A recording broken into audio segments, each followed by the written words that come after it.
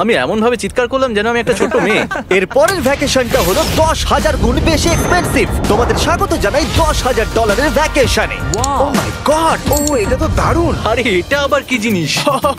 এই হোটেল রুমে জেলিফিশ আছে। ওকে, এটা একটা অপ্রয়োজনীয় জিনিস। ও এখানে একটা পুল আছে। এটা তো একটা প্রাইভেট পুল। আরে এটা তো একটা মুভির সিনের মতো মনে হচ্ছে। তোমাদের হোটেল থেকে কি হেঁটে বিচে যাওয়া যায়? ওয়াও, এটা কি আমাদের নিজেদের প্রাইভেট বিচ? ও মাই গড, এটা দুর্দান্ত। তারিক, কবে থেকে এই জলের রংটা নীল হলো? আমি জানি না। এই ভ্যাকেশনের মধ্যে ইনক্লুড করা আছে একটা বড় স্পা, ও কি দারুণ। একটা পার্ক ভর্তি ফ্ল্যামিঙ্গোস ও ওরা মারামারি করছে। ফ্লামিঙ্গোস আর আনলিমিটেড রুম সার্ভিস। আচ্ছা, আপনাদের কি চাই? সবকিছু। এখানে একটাই নেগেটিভ পয়েন্ট আছে যে এখানে রাকুন নেই, হ্যালো রাকুন। কিন্তু তার জন্য এদেরকে আমি দোষ দিচ্ছি না। যখন তোমরা এই রিসর্টের জন্য $10,000 খরচ করবে, তখন তোমরা এই বিল্ডিং এর একটা করে নিজেদের ফ্লোর পেয়ে যাবে। এটা জিমি নেবে বলেছিল, কিন্তু আমার টপ ফ্লোরটাই দরকার ছিল। ও এখানে একটা হ্যামেক আছে। আমার মনে হয় আমি না ভিজেই হ্যামেকে ঝুলতে পারবো। ওহ, আমি পেরেছি।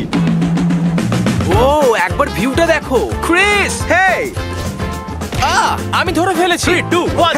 হেই এই, আমি তোমাদের কটা রুল বলে দিচ্ছি। রুল নাম্বার 1, হ্যাঁ আমার পুলে কোনো পিলো ফেলা যাবে না। রুল নাম্বার 2, সরি তারিক। আর এখন দেখাবো এই হোটেলের দারুণ একটা জায়গা। এই ইনফিনিটি পুলটা আমাদের নিজেদের পার্সোনাল বিচ অব্দি গেছে। ওই জলটা ওভারফ্লো হয়ে পড়ে যাচ্ছে না কেন? অনেকগুলো প্রশ্ন ঘুরছে মাথায়। আমার নিজেকে বাবা মনে হচ্ছে যে নিজের ছেলেদেরকে ভ্যাকেশনে নিয়ে এসেছে, ওদেরকে পুলে মজা করতে দেখছে। এই $10,000 ভ্যাকেশনটা দুর্দান্ত ছিল, কিন্তু ততটা দুর্দান্ত নয় যেটা আমরা পৃথিবীর অন্য প্রান্তে